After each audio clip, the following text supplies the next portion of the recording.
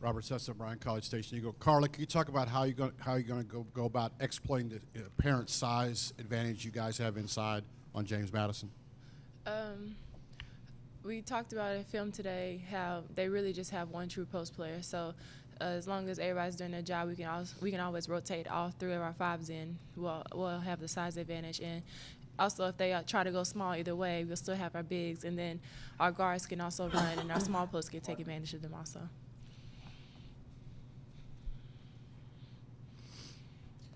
We'll go right here in the middle, and then we'll come back to Christy. Now that you have more time to digest more film, what kind of things do you think you'll do to kind of limit players like Kirby Brookhart and things like that who can show up all over the court on defense, offense, everywhere? Really, we just have to take care of the ball. They are a very scrappy team, but we don't want to let their scrappiness and their intensity affect what we do and how we handle the ball on offense. If we stay patient and just not let their intensity affect our decision-making on offense, we should be pretty well. And as for the defensive end, just stick to our game plan. We know that Kirby Hornbuckle can score fairly well. She's a pretty good free throw shooter. I mean, she's only missed 18 free throws the whole year, shooting 88%, and her three-point percentage, she's 33%, and that's pretty good. So we just know that she's a no. We can't allow her to get hot and let her get involved into the offense early. And if we do that, then and execute our game plan, we should be pretty good. In the front here, Christy.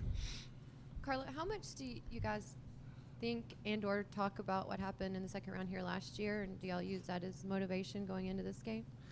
Most definitely. I think every year we go to the NCAA, it's used as motivation from, I guess, freshman year winning championship to, now present, especially since last year was just such a letdown, mostly for ourselves, and getting knocked out in our own place in the second round. So that's definitely going to be in the back of our minds that we cannot allow that to happen again.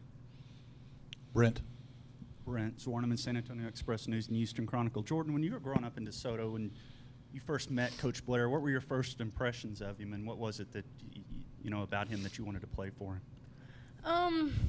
It had to be almost his swag, because not dress swag, but his swag, his demeanor, his personality. I mean, he was just the type of coach that knew that his program was elite and knew that he could coach the elite players, and he had coached the elite players, especially from DeSoto. And just getting to know him, he was just, our personalities really clicked. As you can tell, sometimes we bump heads, but I think a point guard and a coach, that's what's good for the relationship.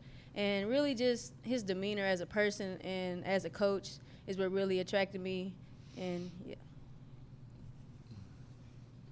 In front, Ronnie. Love you, girl. I think I'll start you tomorrow night. For Courtney and Jordan, just talk a little bit about playing for the seniors and this being their last game at Reed Arena, win or lose, and just what the senior class has meant to you guys.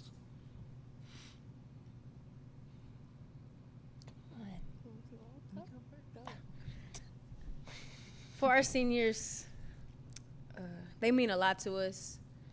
As you can tell from senior night when we played against Arkansas, the team really came out focused, prepared, energy, intense, and you could tell from the start that we were focused and we were motivated to play for them. And this game, it means a lot because our seniors last year, they didn't get to exit College Station, and they lost twice, one on senior night and once in the second round. And the look on their faces and the feelings that we all felt coming back to the locker room wasn't a good feeling. But not just for our seniors this year, but for everybody, because we're all extremely motivated. We all have goals, and we all have a purpose.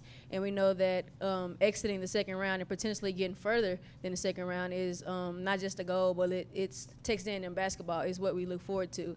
So we just have to come out, play for each other, especially our seniors, use that as extra motivation, but not only just our single motivation. In the back. Mike McCoy, ABC 40. For any of the players, what's it going to mean to be able to have a better start than you did yesterday against North Dakota? As it wasn't the start you wanted to be. How are you going to be able to do that against James